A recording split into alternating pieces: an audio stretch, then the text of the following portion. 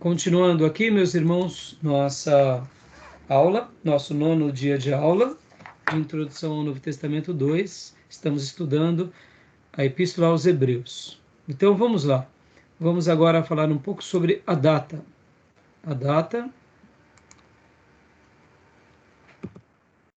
só tirar aqui esse slide.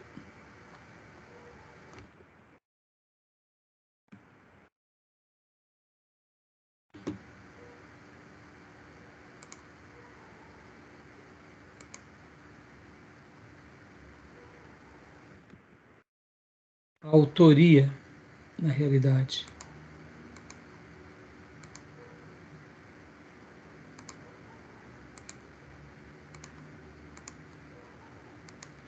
A autoria, pode ler para nós, meu irmão Júnior, por gentileza.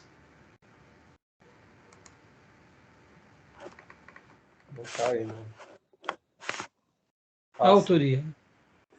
Autoria. Muitos nomes de ilustres cristãos primitivos foram sugeridos como possíveis autores dessa epístola, como Paulo, Barnabé, Apolo, Lucas, Silvano, Filipe, Priscila e Áquila, e até Clemente. Isso mostra a dificuldade que circunda a questão.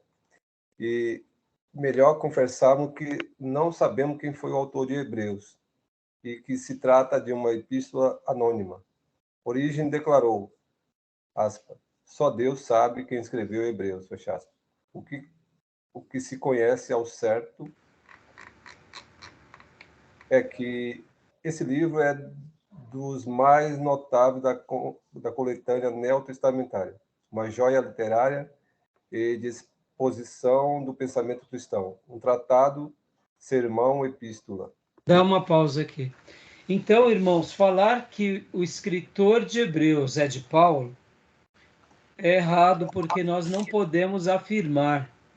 No entanto, durante muitos séculos se tinha como base que era de Paulo.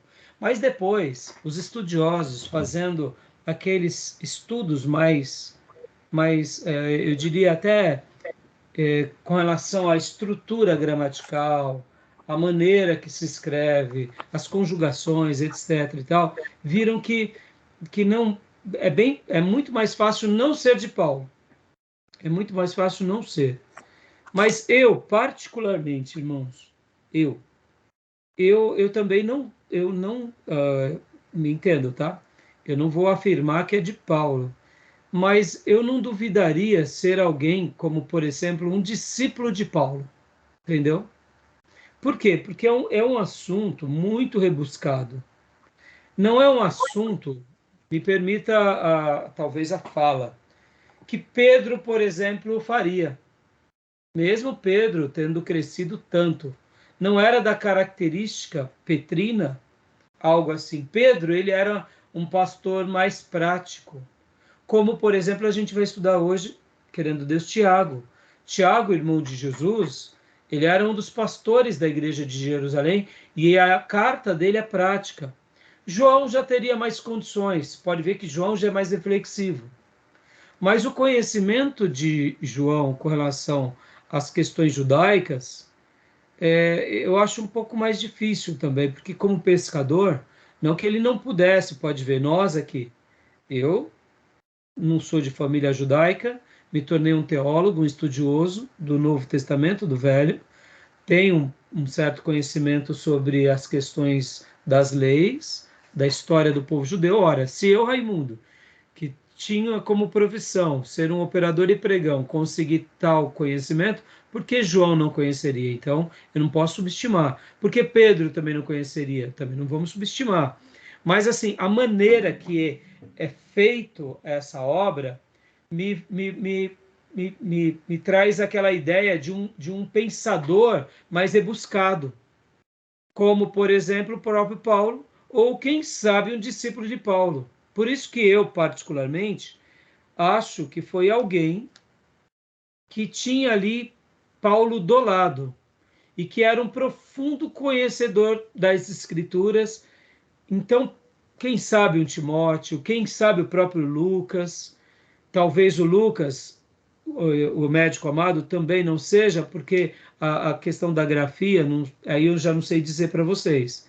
Mas realmente, particularmente, eu acho que tem ali um viés de Paulo, quem sabe um Barnabé com Paulo, um Silas com Paulo, porque tem esse lado mais acadêmico, mais reflexivo, tem um lado também mais prático, que é o desafio. Paulo tinha isso de levar a pessoa também, logo depois das doutrinas. Tem a questão dos papéis. Então, assim, eu consigo, na minha opinião, enxergar Paulo de algum jeito, como quem sabe, sabe quando você está fazendo um mestrado, que você precisa de um mestre ali para ser assim, o seu coordenador na sua tese de mestrado, de doutorado. Então, eu acho que Paulo está ali, mas não dá para a gente saber, tá bom? Então é só uma especulação, tá joia? Então, leia para nós, Júnior. Aqui, ó. Há três posições gerais, né, entre os acadêmicos quanto à autoria da epístola. A. É de Paulo, B. Não é de Paulo, e C. Foi escrito sob a influência de Paulo. Exatamente, o que eu acabei de dizer, né? Mas assim, irmãos, olha, eu respeito demais as questões quando falam sobre a questão de não ser de Paulo, tá bom? Sim. Porque assim, irmão, realmente não dá para a gente. Podem ver que aqui ó, já tem, ó, Clemente de Alexandria foi o primeiro a atribuir a Hebreus a autoria paulina. Então, você vê que os pais da igreja vão dizer, outros aqui, como por exemplo, ó, Dionísio, bispo de Alexandria, 247 a 264, citou Hebreus como obra paulina. Eusébio de Cesareia escreveu que Hebreus foi escrita de Paulo em hebraico e vertida para o grego por Clemente de Roma. Orígenes asseverou que o pensamento das cartas são paulinos, mas não a carta propriamente dita. E Tertuliano, o maior luminar cristão do Ocidente, antes de Agostinho, disse que Barnabé foi o autor. O testemunho patrístico, pois, está dividido quanto à autoria da epístola. Pastor, por que Deus permitiu isso? Não sei te dizer, irmãos. Confesso para vocês que essa é uma carta que nos deixa assim com uma certa dúvida, né? Por quê? Não foi preservado a autoria, mas foi preservado como texto sagrado o conteúdo. Sabe aquela ideia, irmãos?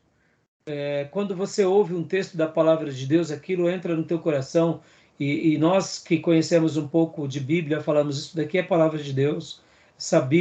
Esse texto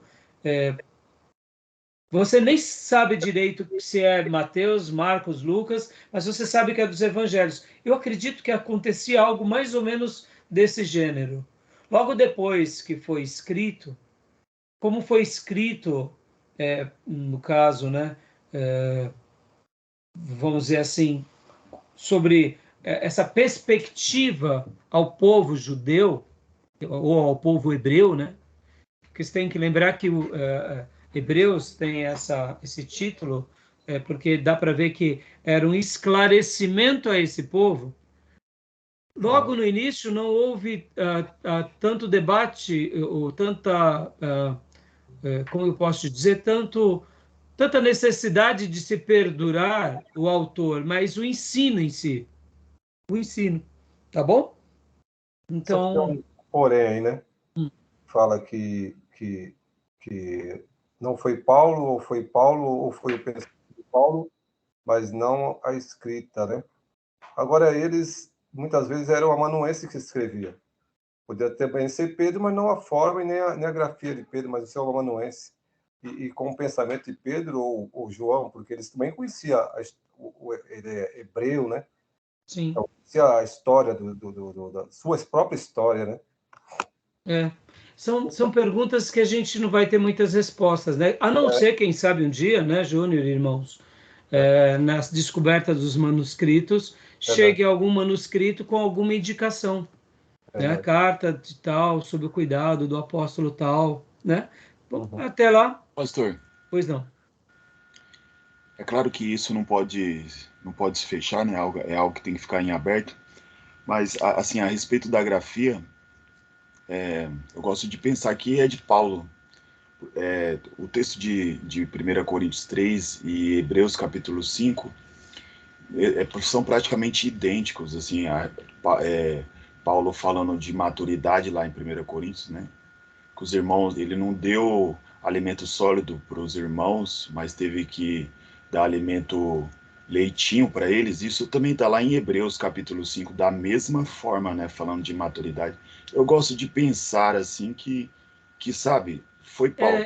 Então, mas você vê, mais recentemente, você vê, eu sou muito crítico com os teólogos liberais, com a escola de alta crítica. Tem a alta crítica e a baixa crítica. O problema maior está na alta crítica, que geralmente eles vão questionar o autor, vão falar sobre a inspiração, a data, eles vão querer desconstruir mais a alta crítica, né? Mas quando essas escolas e os liberais vão estudar um pouco mais isso, até é de consenso dos conservadores e ortodoxos que esse argumento tem nexo. Porque quando você pega, por exemplo, um texto de Paulo no grego, e você pega um texto de João no grego, e um texto de Pedro no grego, é muito diferente. É muito diferente. No português, a gente já nota uma certa diferença. Mas algumas versões, eu não estou com ela aqui, está lá embaixo. Ah, não, tá sim, essa Bíblia aqui. Eu tenho essa Bíblia que é escrita revista fiel, edição corrigida e revisada, fiel ao texto em original. Eu gosto muito dessa versão, porque quando você está lendo ela, eu abri aqui, ó, Cantares, eu vou ler um versículo só qualquer. Cantares 5:11. A sua cabeça é como o ouro mais apurado, e os seus cabelos são crespos, pretos, como o corvo. Um dia, eu cheguei para o Ribeiro e falei assim, Ribeiro, por quê? Irmãos, como eu já disse para vocês, eu sou um professor dedicado, aplicado, mas eu sou um aluno brilhante. Por que eu digo isso? Porque eu vou atrás. Aquilo que você fez na aula anterior, puxa, eu fiquei com essa dúvida. Irmãos, eu sou um aluno que eu sou curioso, então eu vou atrás. Então tem hora que olha assim, as coisas mais simples, eu falo, mas por que isso? Eu fico pensando, tem vezes que eu fico uma manhã toda pensando em um assunto. E sempre tem hora que você esclarece, tem hora que você acaba esquecendo, mas fica. Então, que nem essa versão aqui, ela tá, esse versículo, ó, a sua cabeça, aí depois tá, é como o ouro mais apurado, o é como tá em itálico. Quando você pega, por exemplo, My Bible, e você vai pegar os textos em originais, não tem o é como.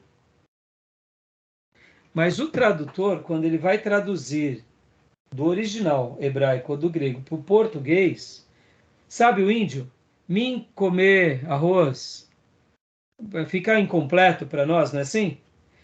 Seria, se nós fôssemos fazer uma tradução do hebraico para o grego ao pé da letra, ficaria meio assim, mim quer, né?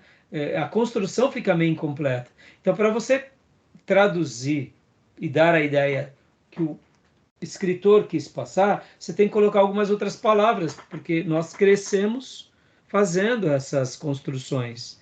Então, o que eu quero dizer com isso? No original, quando você pega a grafia no original de Paulo, Paulo é diferente.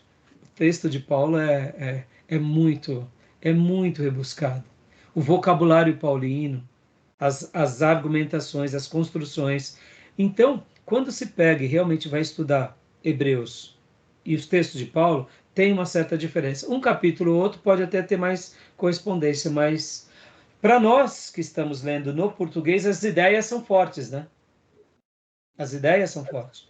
Lembra, por exemplo, quando a gente estudou os evangelhos, que lá nos evangelhos tínhamos Marcos, Lucas, Mateus e João, que quando pegava-se o original de Marcos, era bem simples, e o original de Lucas, bem polido, porque Lucas era médico, um médico estudado.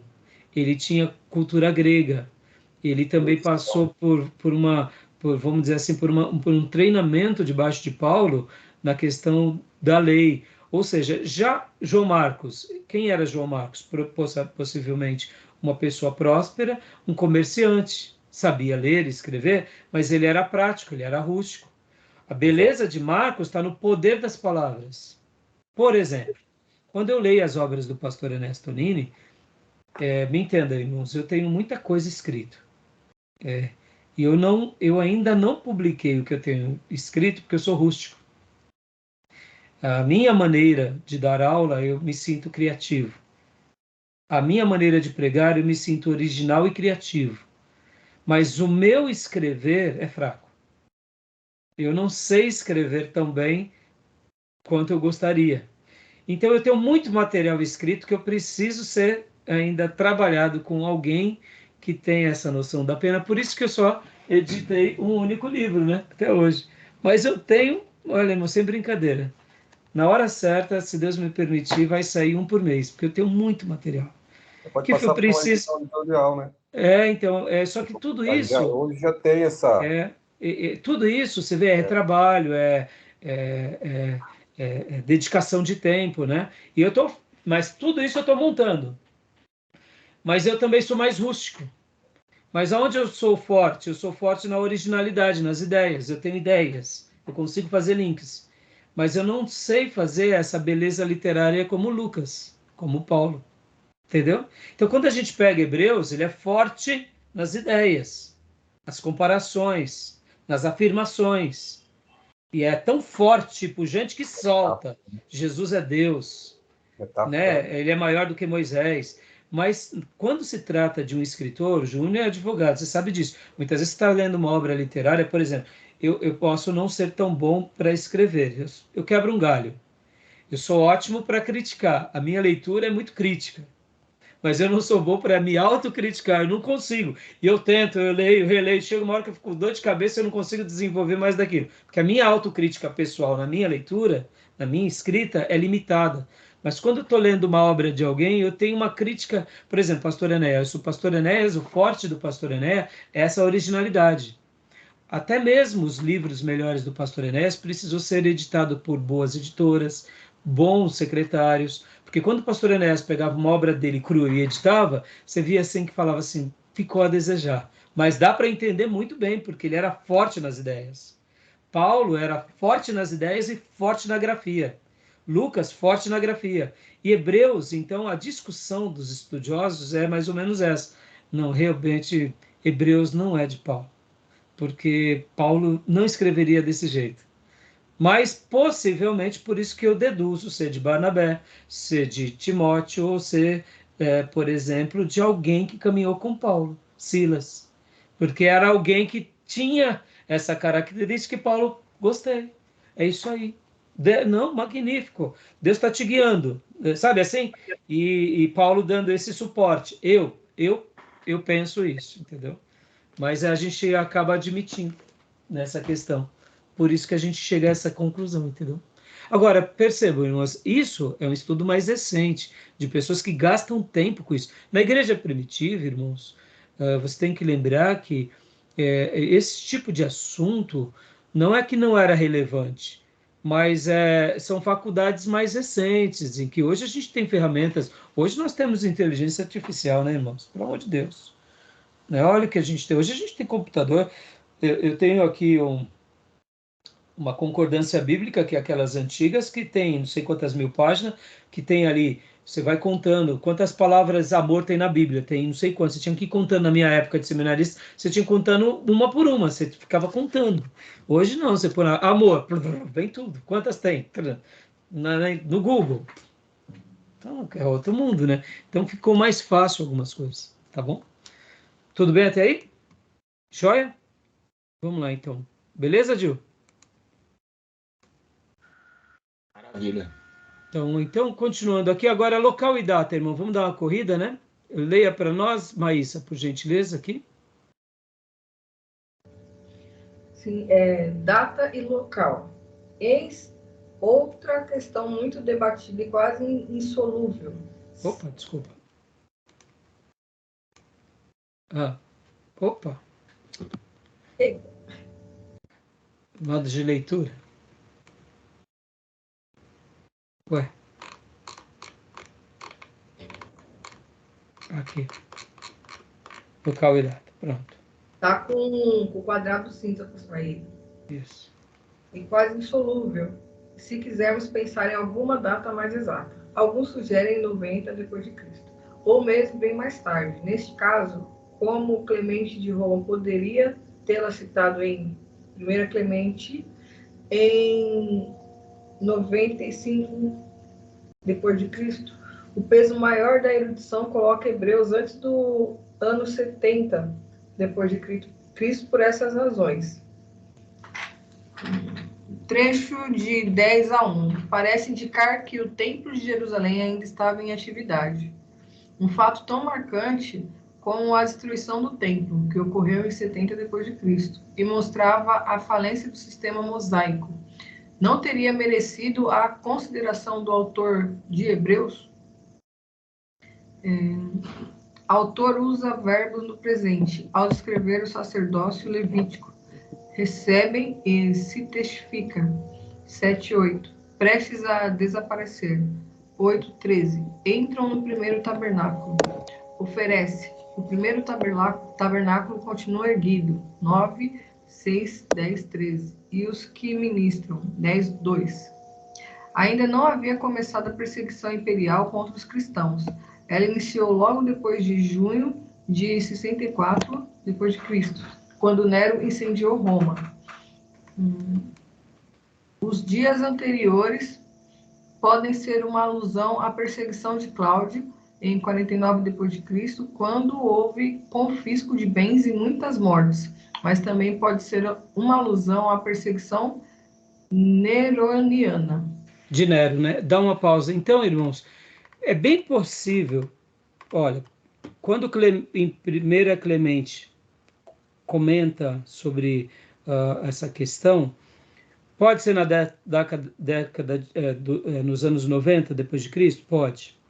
Pode ser aqui por volta dos anos 70? Pode. Mas é muito difícil ser depois dos anos 70, porque a maneira que o escritor registra, a ideia que dá é que o templo está de pé ainda, porque ele coloca verbos no presente, prestes a desaparecer, testifica, entram no primeiro tabernáculo, não é entraram, porque você tem que lembrar que se realmente fosse escrito Hebreus depois do ano 70,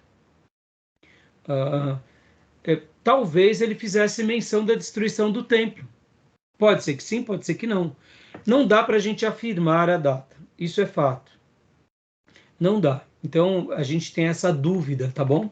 E leia para nós aqui essa última frase, irmã. Aqui, onde parou? Parou aqui. Neroniana, né? É, Nerodiana, mas não estou achando. Tá perto da mãozinha do mouse. Isso.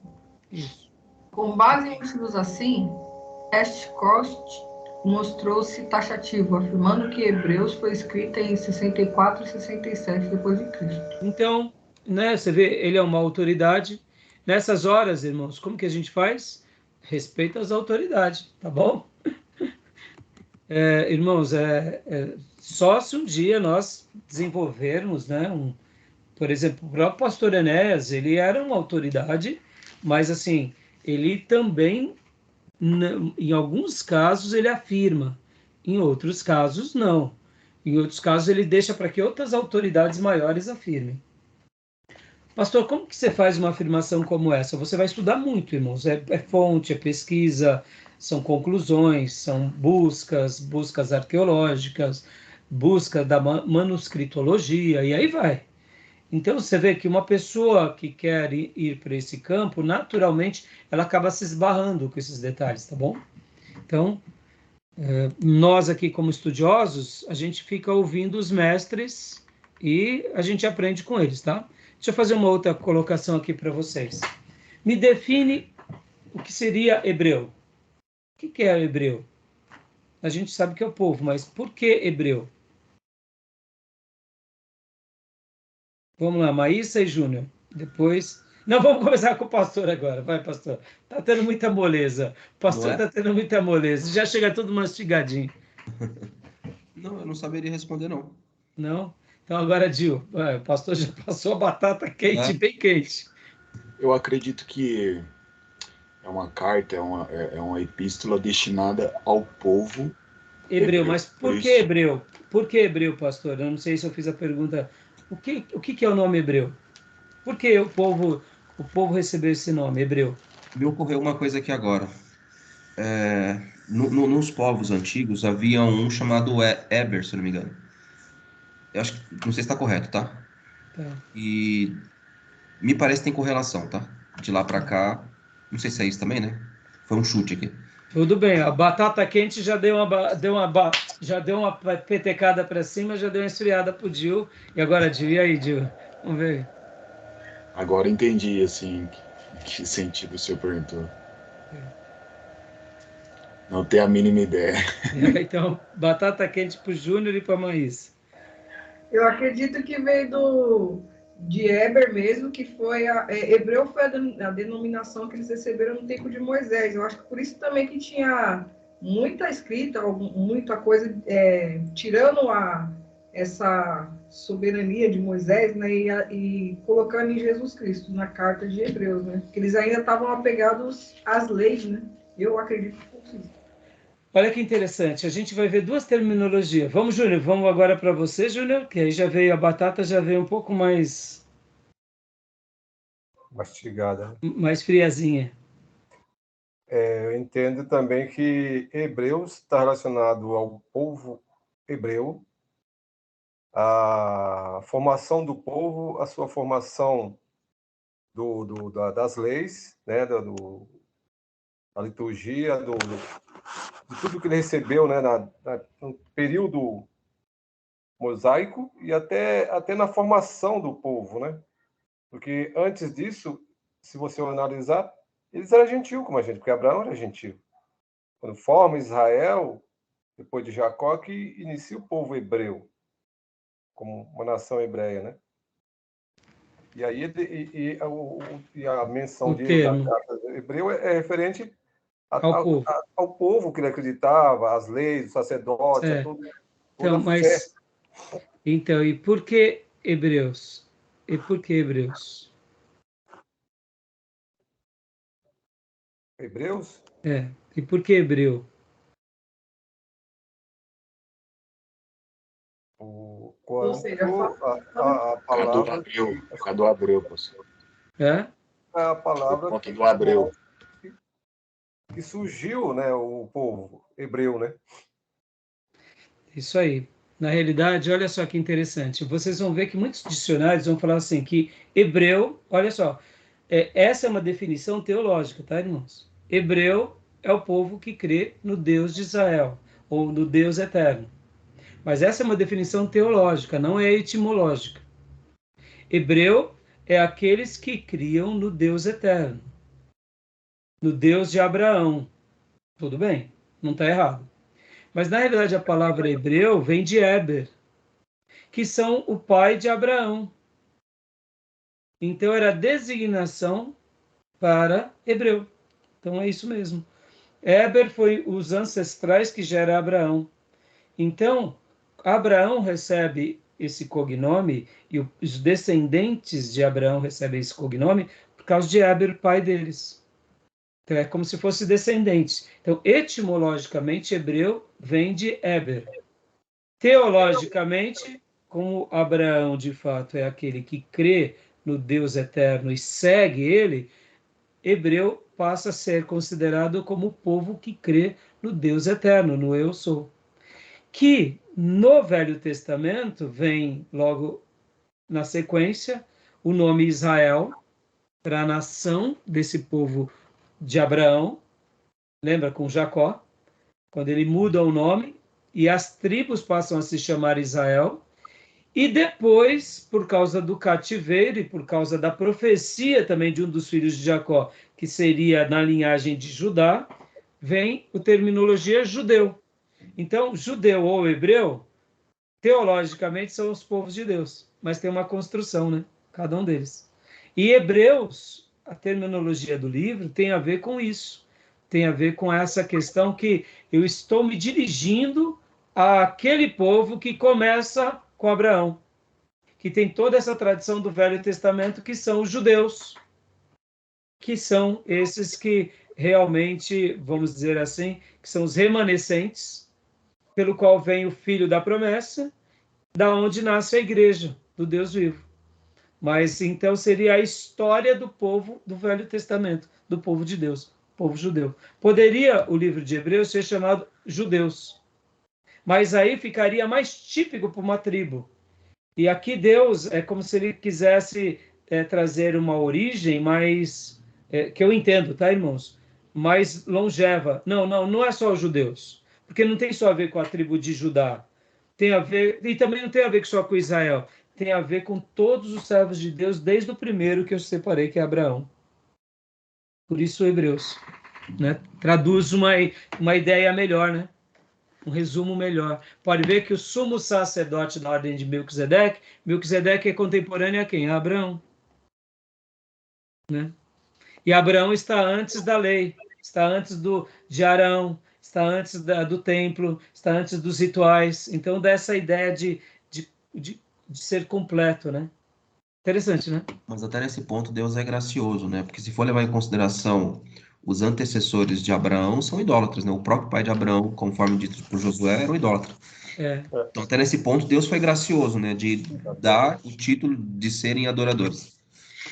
Exatamente. Tá bom?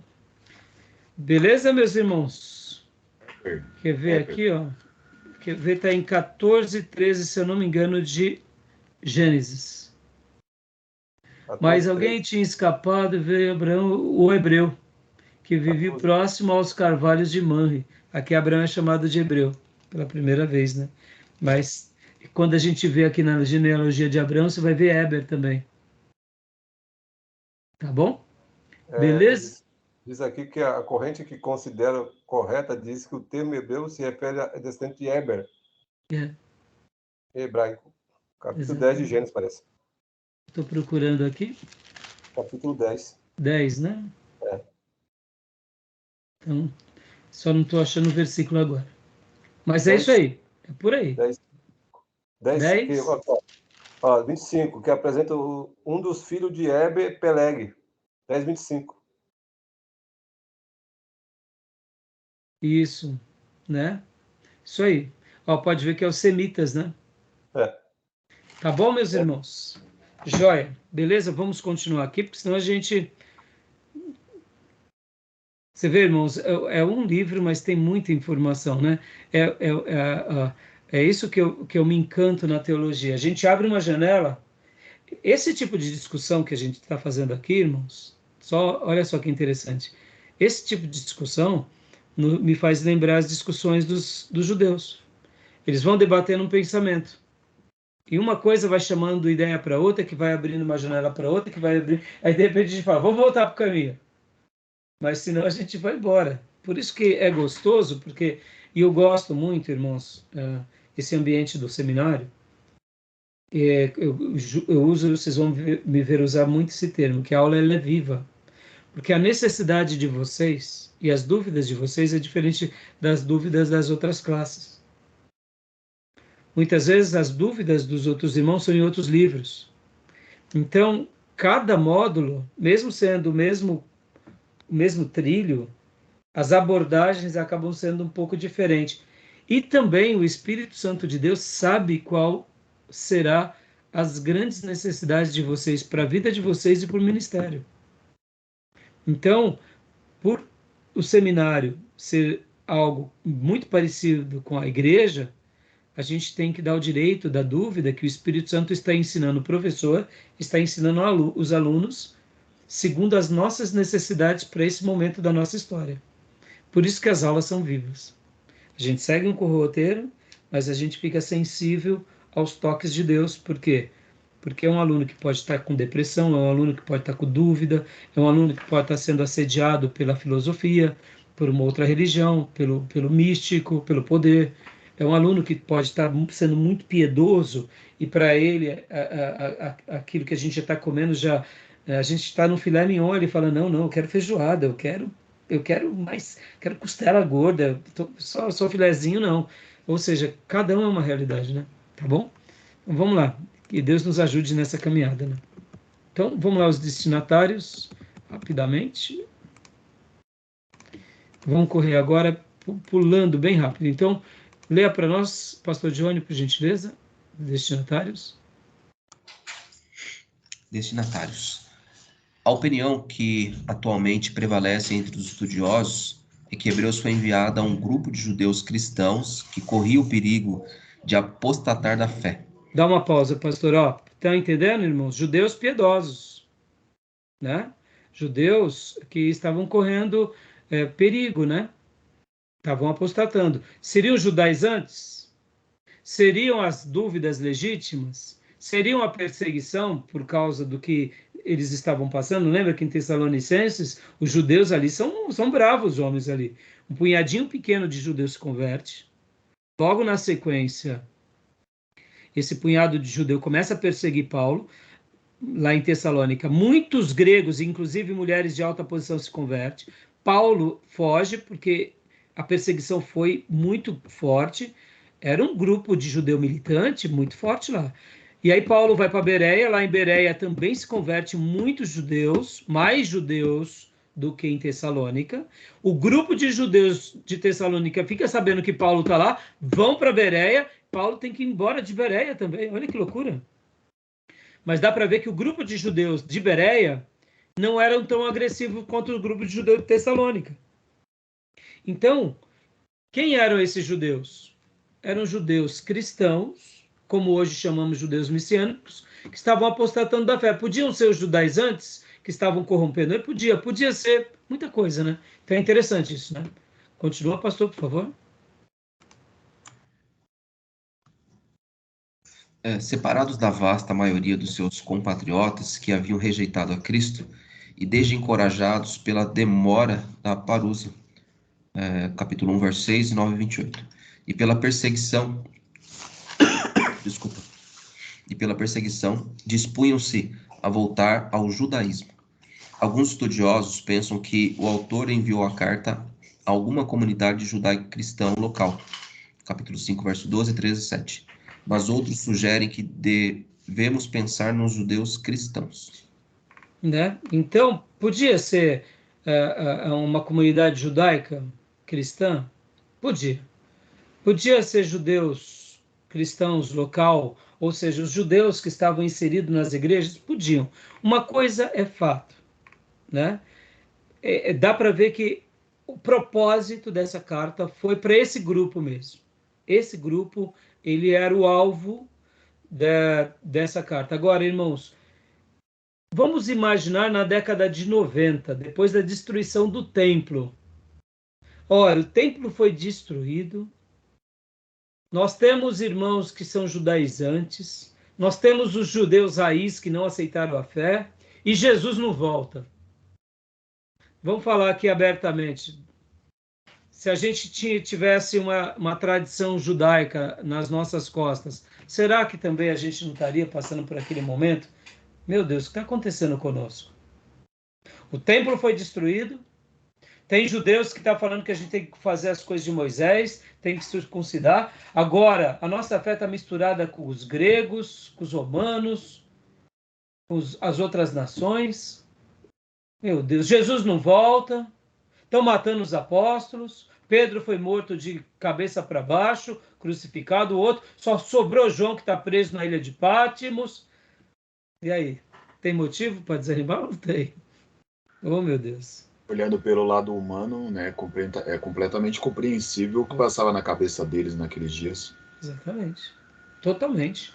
Perseguição do imperador, cristão morrendo nas arenas, e o Deus de Israel. Onde está o Deus de Israel? Meu Deus, será que a gente entrou numa furada? E aí vem uma carta como essa. Irmãos, essa carta, guardem isso, essa carta é uma carta de esperança para quem está desfalecendo. Essa é uma outra leitura que eu amo em Hebreus. Eu não me recordo com quem que eu aprendi. Teve um pastor que eu estava acompanhando ele, e ele fez uma série de mensagens em Hebreus, e ele trabalhava sobre esse prisma. Eu não lembro se é o MacArthur, qual foi o pastor. Eu não me recordo agora, eu confesso. Eu não me recordo. Mas eu lembro que eu ouvi de algum pastor, e eu amei, como eu amei. Você, quando nota que a igreja está desfalecendo pela tribulação, ou pela heresia, ou pelo mundo, estudar essa carta, ela é um alento de esperança para nós. Porque quando a gente começa a relembrar da carta aos Hebreus, se eu estou numa situação confortável, são informações muito boas, são teses muito boas, são propostas muito boas. Mas quando alguém está desfalecendo, querendo apostatar, voltar para trás, está fraco, Hebreus é um bálsamo, é um remédio, é um milagre na vida daquela comunidade. Fica a dica para vocês.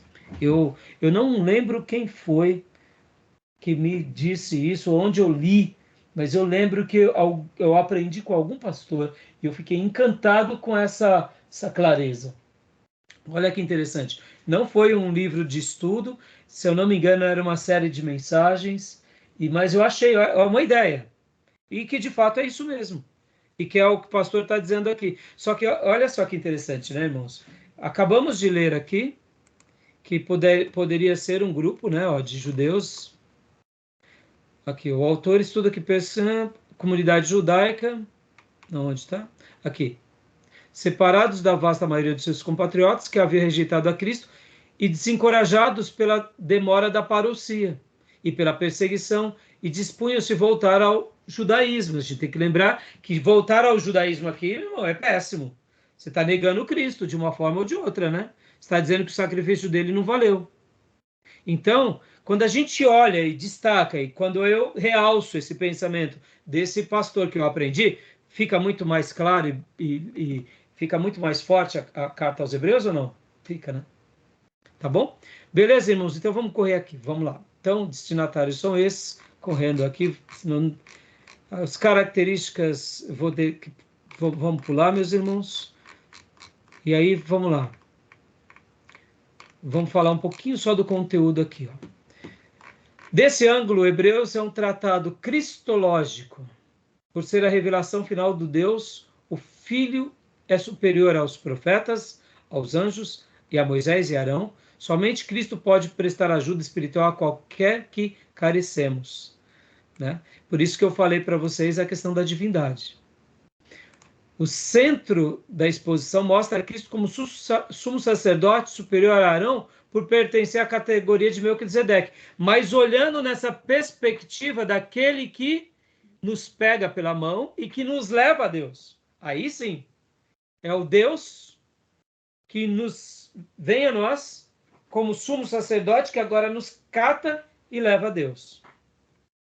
Então, dando esse destaque aqui, tá bom? Temos uma porção prática, como eu já mencionei, que é aí onde entra o lado mais pastoral, e que é magnífica, tá bom? E aí vem os esboços, né, meus irmãos? Os esboços, como eu já mencionei para vocês, temos vários tipos de esboço, não vai dar tempo a gente ficar estudando eles agora, mas fica aqui uma dica, e cada esboço, um é mais lindo que o outro, tá bom? Beleza, meus irmãos? Joia? Alguma dúvida de Hebreus? Todas as dúvidas? Pastor, foi escrito em Roma, é isso? Não vimos, né? Não vimos esse detalhe, né? Eu não lembro agora, filha. Eu não lembro o local. Você acredita? Eu não recordo agora. Eu não recordo. Local e data, né? Deixa eu ver. Se eu não... então, como... características... Local e data. Destinatários... Local e data, Deixa eu ver. Aqui. Ademais, os primeiros cristãos que citaram Hebreus eram de Roma. Alguns vão dizer isso.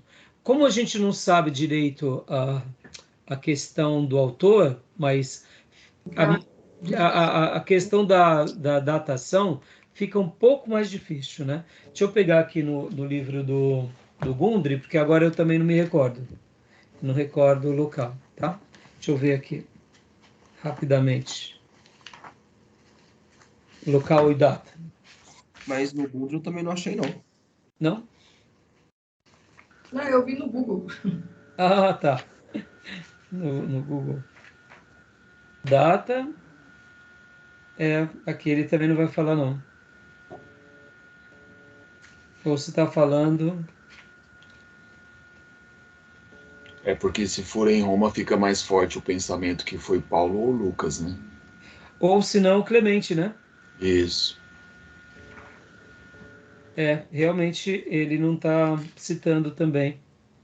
Então, irmão, essa é uma discussão que a gente, não, eu particularmente não vou saber responder agora para vocês, tá bom?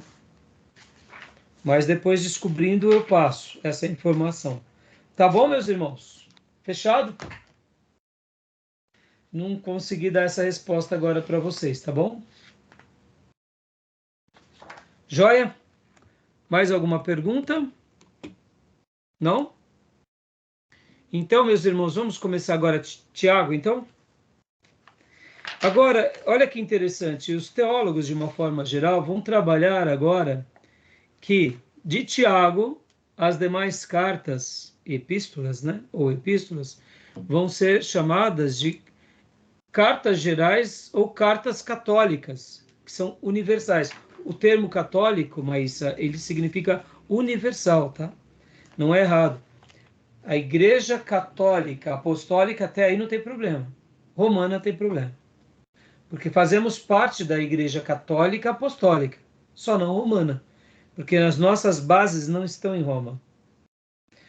Um dia até esteve em Roma, quando foi a sede, vamos dizer assim, que unia. Mas é que Roma continuou e aí Roma acrescentou coisas, então a gente saiu de Roma. É mais ou menos isso. Nós nos emancipamos, né? Porque, na realidade, no início da igreja primitiva, irmãos, dos primeiros séculos, haviam 5 grandes regiões. 5 grandes regiões. Depois ficaram 2 grandes regiões, depois ficou uma. Mas até hoje existem 2 grandes regiões. Pode ver que temos os católicos ortodoxos gregos, os bizantinos. Então, eram 5 regiões: Alexandria, Antioquia, Éfeso, Roma e Constantinopla, se não me falha a memória. E essas 5 regiões depois ficaram em 2 regiões, ao longo dos séculos. Até o século V eram 5 grandes regiões onde se concentravam os líderes protestantes. Quando se fazia concílios, iam os líderes dessas regiões. Até o V século, por volta disso. Do V século até o século X, se manteve Constantinopla e se manteve Roma. Constantinopla seria onde é hoje praticamente ali a parte da Rússia, essa parte onde... por que Constantinopla? Foi onde Constantino edificou ali, seria a segunda Roma, que cria-se então esse outro poder. É como se o Império Romano fosse dividido em 2. Mas, na realidade, como os romanos caíram, ficou o cristianismo dividido em 2 blocos. O bloco romano e o bloco bizantino. Turquia. Na Turquia. Que na Turquia, exatamente. Obrigado. Na Turquia, exatamente. O que acontece? No ano 1000, até o ano 1000, eles tinham convergência. No ano de 1054 ou 1056 é a grande cisão. E aí há a separação da Igreja Católica entre ortodoxa grega e romana. E pode ver que nós, ocidentais, só temos o contato com a católica romana. Mas, por exemplo, na ortodoxa grega, que é onde está hoje a Rússia e a Ucrânia, o leste europeu, a maioria ali é tudo católico ortodoxo grego. E os católicos ortodoxos gregos, para vocês terem uma ideia, os padres casam-se. Quem não casa é o bispo ou o patriarca.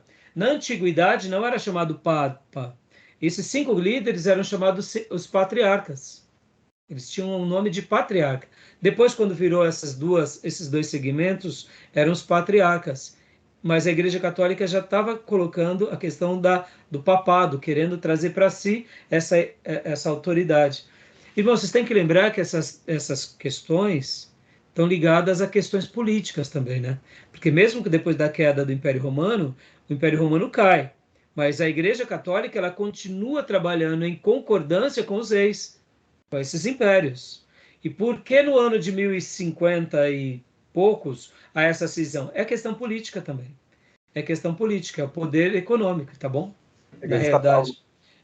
No entanto, eles usaram a religião para fazer isso. A gente vai estudar isso em teologia sistemática. É a questão filioque, ou do filho, do credo apostólico, a questão do filho. Aí a gente vai trabalhar tudo isso mais para frente, tá bom? Então, na antiguidade, a gente tem que lembrar que era mais ou menos assim. Tem muita coisa, né, irmãos? Então, voltando. De Hebreus, de Tiago para frente, chamado cartas gerais ou cartas católicas. Mas eu colocaria Hebreus também como uma carta geral. É que Hebreu acaba sendo mais específico ao povo judeu. Mas ela não deixa de ser uma carta geral também, né? Então eu poderia colocar, o Gundry coloca de Tiago em diante cartas gerais. Mas eu colocaria Hebreus como cartas gerais também. Mesmo sabendo que ela tem uma abordagem para os hebreus. Mas não está errado. Isso, como eu disse para vocês, viu, irmão, são divisões. Divisões que o escritor ele acha pertinente fazer assim. Como iniciativa, eu acho até interessante. Mas como conglomerado, eu poderia também dividir o seguinte: cartas de Paulo as principais, cartas de Paulo na prisão, cartas de Paulo pastorais, cartas de Pedro, cartas de João, cartas gerais, entendeu? Não tem uma divisão correta, tá bom, irmãos? Tá joia? Beleza? Então vamos entrar agora no livro de Tiago e a gente vai concluir Tiago, tá bom? Joia? Então vamos fechar a gravação e a gente abre mais uma, pode ser? Alguma dúvida, alguma pergunta, meus irmãos? Não? Então tá bom, vou fechar a gravação e já chamo de novo, tá bom?